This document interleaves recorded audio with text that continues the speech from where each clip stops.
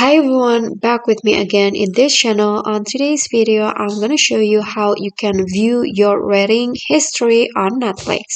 So if you are liking a film or series on Netflix, there will be a history on it, and if you want to see all of your rating history, you can do this on your browser. So just open netflix.com and then go to your profile and click on account, and here scroll down until you find your profile and click the arrow down, and then here go to the viewing activity. So just click on view, or you can also just use ratings. Here click on view,